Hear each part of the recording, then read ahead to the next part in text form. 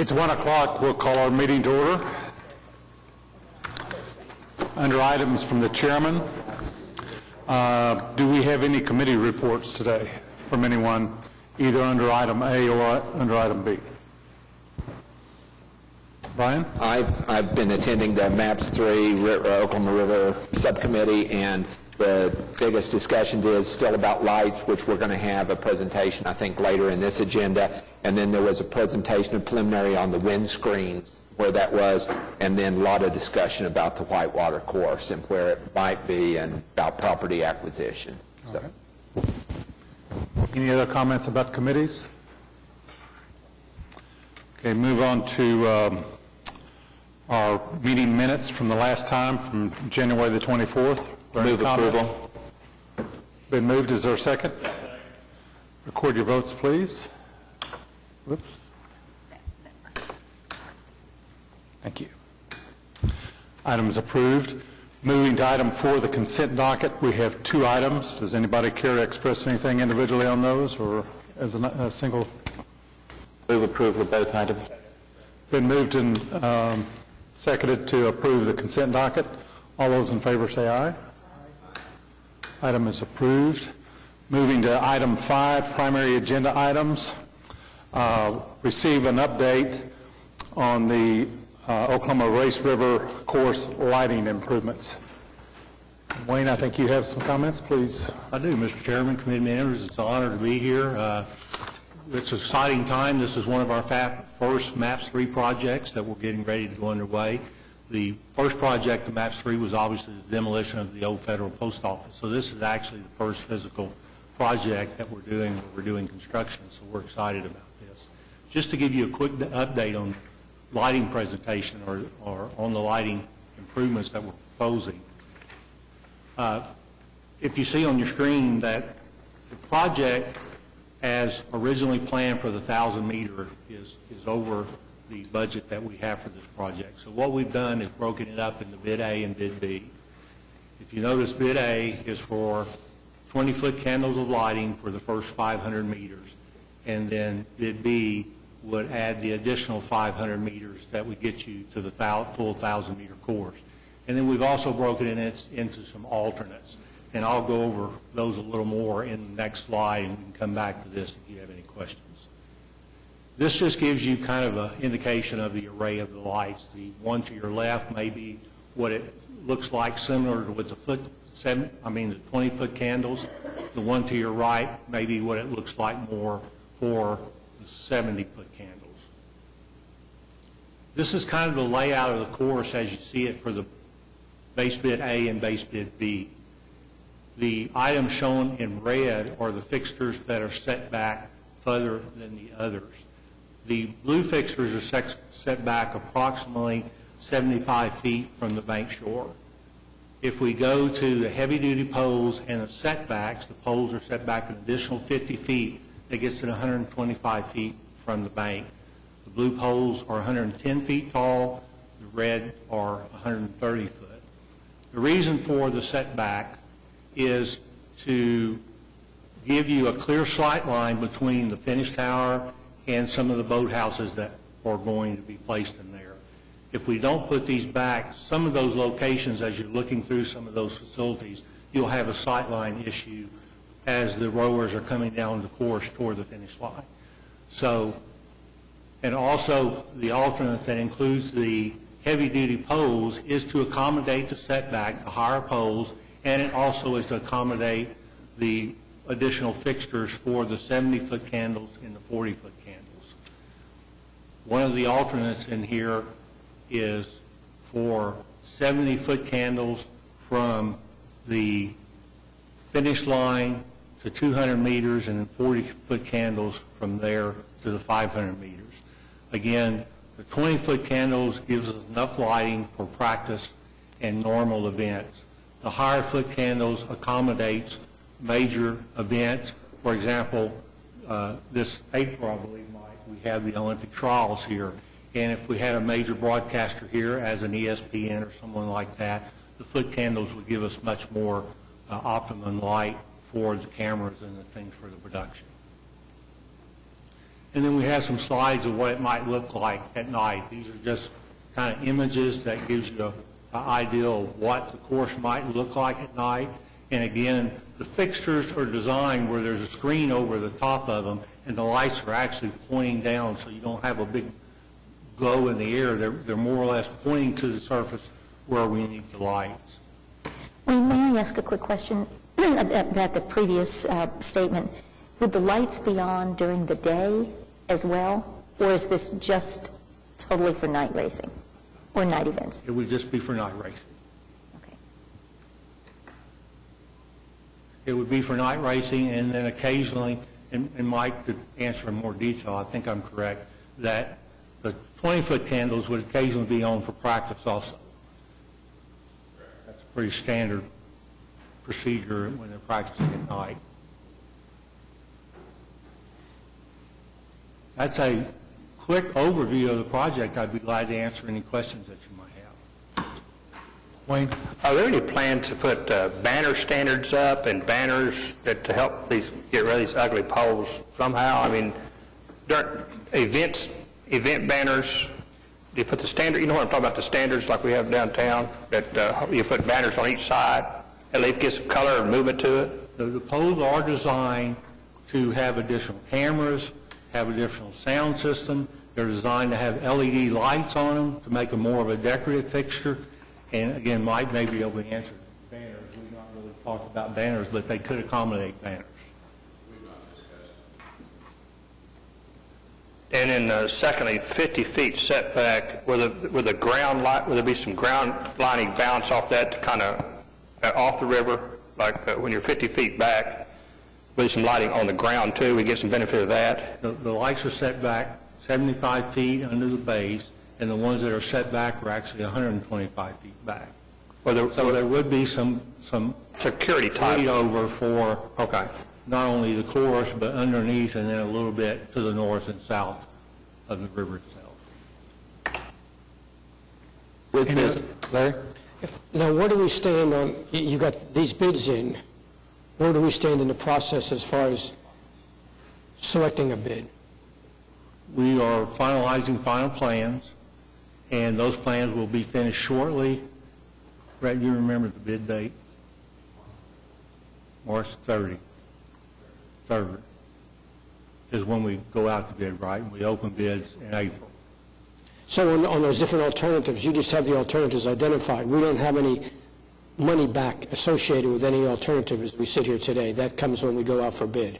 Our PIP budget is set per the documents, and that's why we broke it down into the alternates. Once we open bids, we'll bring the bids back to the subcommittee.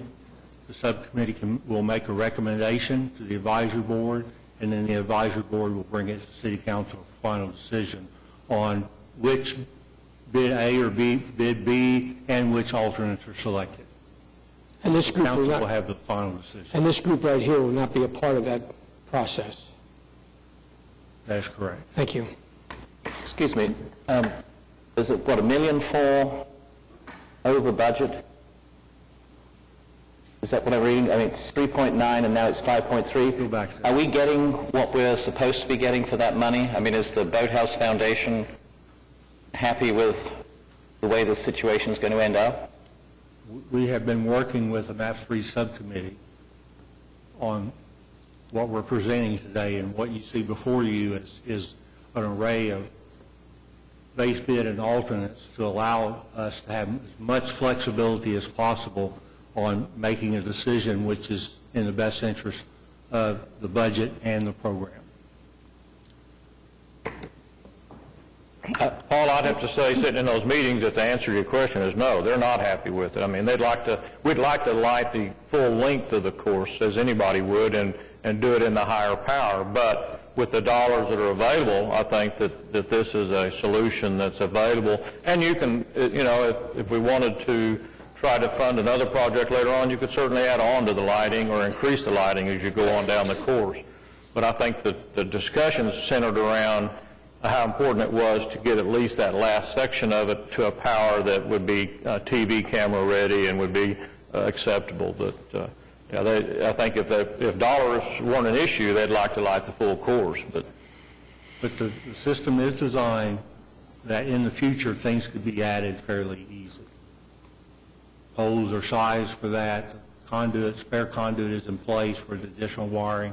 Everything has been designed to allow flexibility to add to the system in the future. Mr. Chairman, I had two quick questions, if I could, Wayne. One of them is, these alternates are 500 meters and 1,000 meters. And did I understand that most of the courses are 600 meters, or most of the races?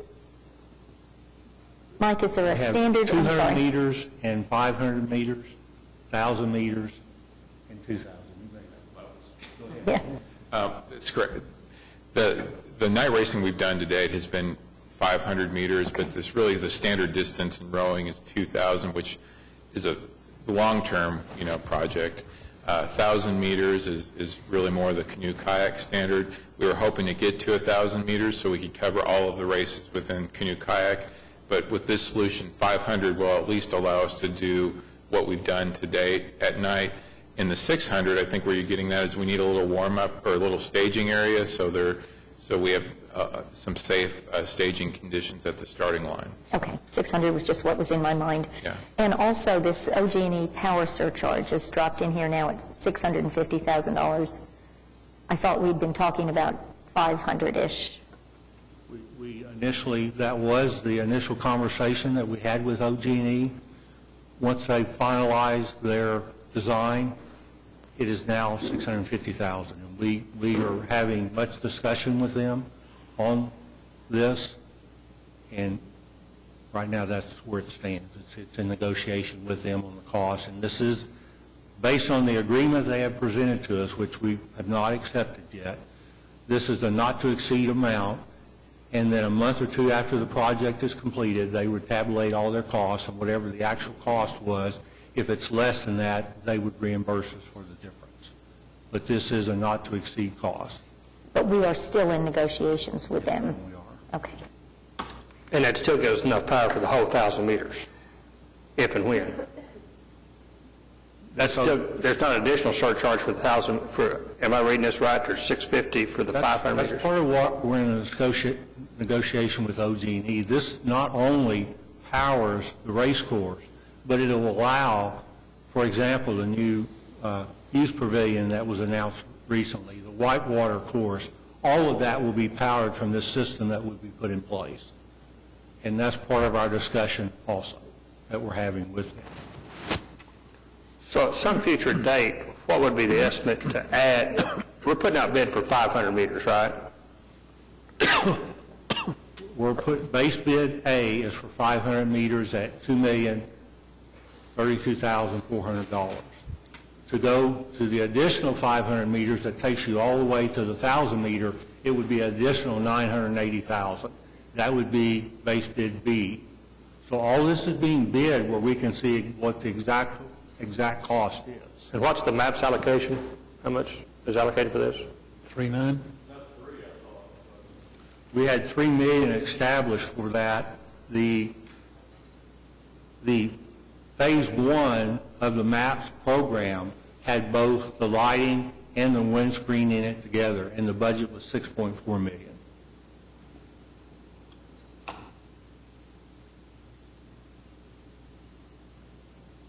So is there a possibility that these bids will come in under these numbers? There's always that possibility, and we're being optimistic that that could be the case. That's why we've kind of included some of these alternates. But at this point in time, we think our estimates are fairly close. But it just, you never know, especially in the climate we're in right now, you just never know exactly what your bids are going to come in. And with regard to the OG&E situation, my understanding was the reason that we were going to be charged this surcharge was they didn't have any idea, they weren't able to determine what the usage might be. Correct. Because normally they would just absorb that cost and they would recoup it over the cost, over the usage life of the project. Is that correct? They speculate over a 10-year period what the payout would be for doing installs for projects. Most projects, based on the engineering calculations, they can determine fairly closely what that use is going to be. this particular project, they don't know how often we're going to have the lights on, so there's no way for them to calculate actual usage of the project. But if, as you said, Wayne, we're expanding, that this will cover lots of other uses, including the children's pavilion and these other things, they ought to more accurately be able to determine what the use is and knock some of that. And we are discussing Follow that up. with them, but again, right now, those facilities have been projected, but yet they're not fully designed, and we don't know what they do not know what the full loads and the uses are going to be quite yet. So that's part of our dialogue that we're having with them. Anyone else? Any other comments? Wayne, thank you very much. Do we have a motion to receive this update? Been moved and seconded. Record your vote. Item is approved. Moving to item B, receive unaudited interim financial statements for the period ending December 31st, 2011. Been moved. Is there a second? Been moved and seconded. Any comments? Record your vote, please. Item is approved. Item C is adopt a resolution to accept the annual inventory of the Oklahoma River Rowing and Canoe Kayak Race Course as submitted by the Oklahoma City Boathouse Foundation. Second. Been moved and seconded. Any comments? Record your vote, please. Item is approved. Item D is to approve a second renewal of an agreement among the city, the Riverfront, and Mr. Steve Allen for an agricultural lease on Riverfront property in the vicinity of Northeast 23rd and Northeast 36th and Center Road. Move approval. Been moved and seconded. Any comments? Record your vote, please. I think so. Is that right? This is a hay production, is it not? Moving to item 6, which is claims. Second. Been moved and seconded. Any comments?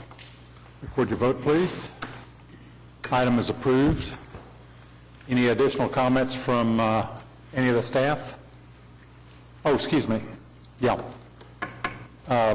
Development report. Pat, please.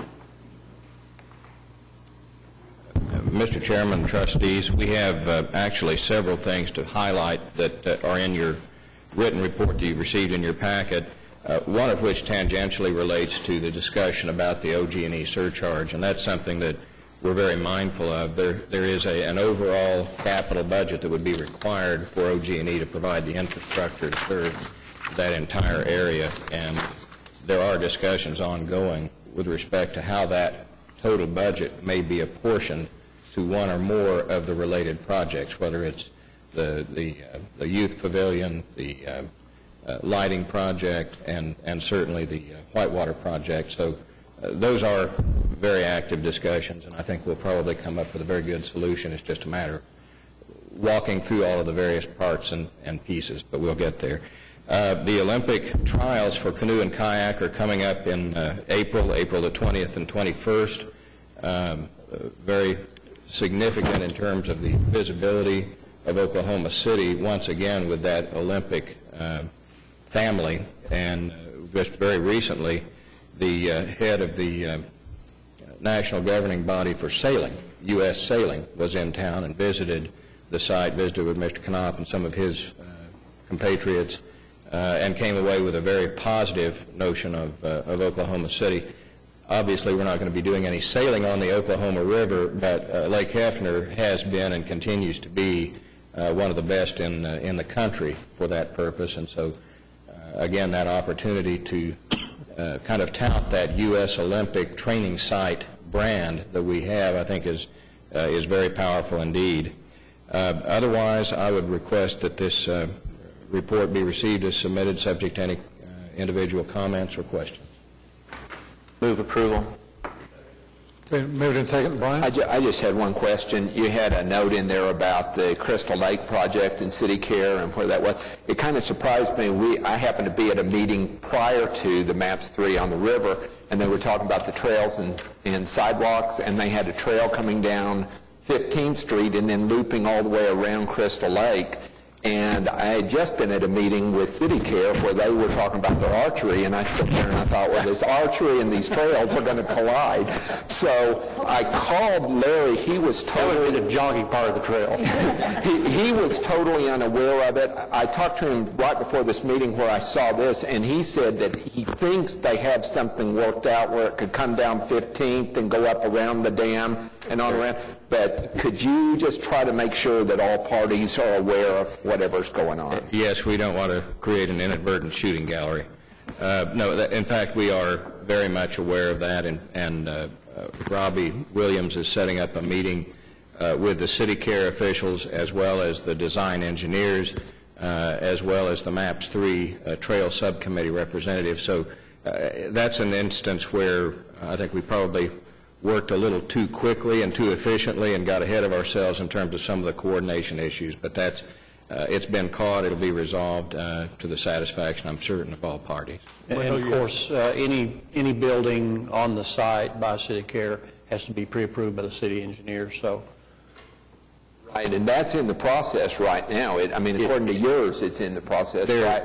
That's correct. The city engineer has, and that is really where that review caught the potential conflict, because the report from the MAPS 3 Trails Committee had not come all the way forward. So when that happened, we saw the potential for conflict, and again, there are discussions that are being scheduled as we speak to hammer those details. Yes, sir. We are talking about the connection between Southwest 15th and Meridian and Lake Overholser as far as the trail connection. Yes, sir. And that's a key part of the Trails Master Plan right there, so. It absolutely is essential, absolutely essential. And we need to be sure we do it the right way.